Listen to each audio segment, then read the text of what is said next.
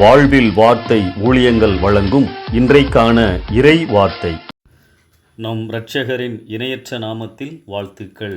இந்த உலகத்திலேயே மிகச்சிறந்த ஆசீர்வாதங்களை நமக்கு கொடுக்கிறவர் நம் கடவுள் மட்டுமே.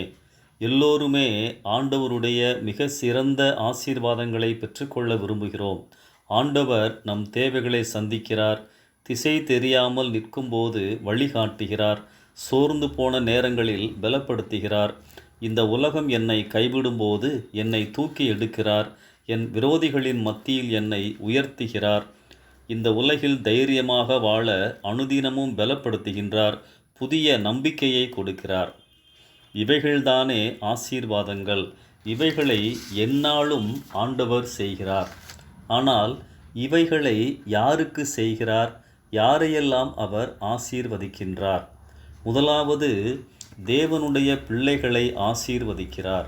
யோவான் 1:14 இவ்விதமாய் கூறுகிறது: இயேசுவை விசுவாசித்து அவரை தங்கள் வாழ்வில் ஏற்றுக்கொண்டவர்கள்தான் தேவனுடைய பிள்ளைகள். இயேசுவை விசுவாசிப்பது என்றால் அவர் எனக்காக சிலுவையில் செய்த காரியங்கள், என் பாவங்கள் மன்னிக்கப்படுவதற்காக எனக்காக அவர் பலியானது. இதை விசுவாசிப்பதினால் நான் பாவ மன்னிப்பை பெற்றுக்கொள்கிறேன். பாவங்கள் மன்னிக்கப்பட்டவர்கள்தான் அவருடைய பிள்ளைகள். இரண்டாவதாக, தேவனுடைய வார்த்தைகளின்படி வாழ்பவர்களை ஆசீர்வதிக்கிறார். ஏசாயா 66:2 இவ்விதமாய் கூறுகிறது: ஆவியில் நொறுங்கொண்டு என் வசனத்திற்கு நடுங்குகிறவனையே நோக்கி பார்ப்பேன்.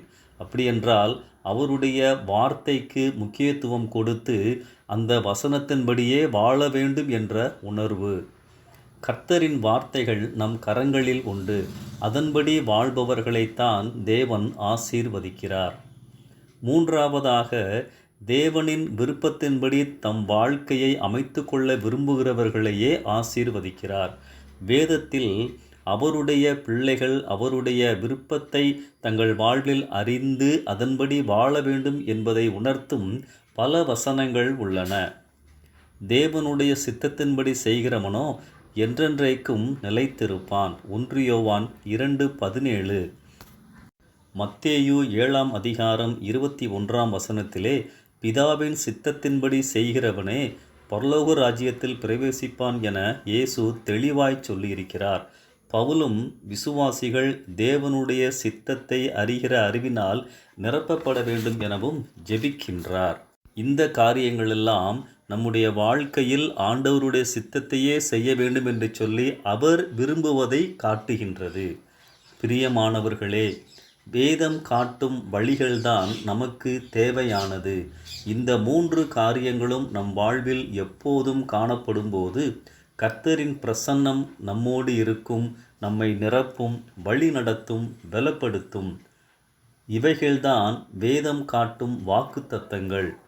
வெவ்வேறு பின்னணியில் வெவ்வேறு மனிதர்களுக்கு அந்தந்த சூழ்நிலையில் சொல்லப்பட்ட ஆசீர்வாதமான வசனங்களை மாத்திரம் தெரிந்தெடுத்து, இது கர்த்தர் உங்களுக்கு கொடுத்த வாக்குத்தத்த வசனம் என்றால் அது எப்படி சரியாகும்?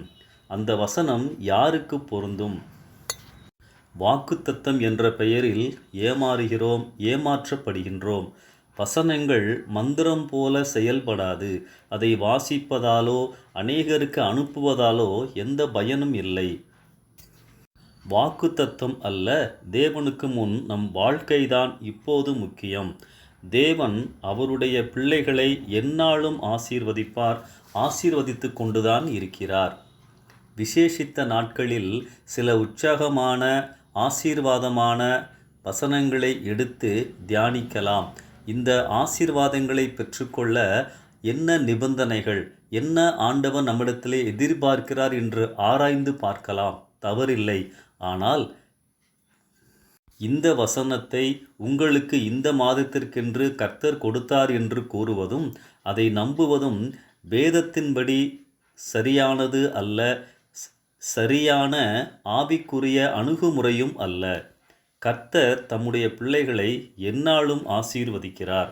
இந்த சிந்தனையோடு இந்த நாளை ஆரம்பிப்போம். இந்த புதிய மாதம் இனிய மாதமாக உங்களுக்கு அமைய வாழ்த்துகிறேன்.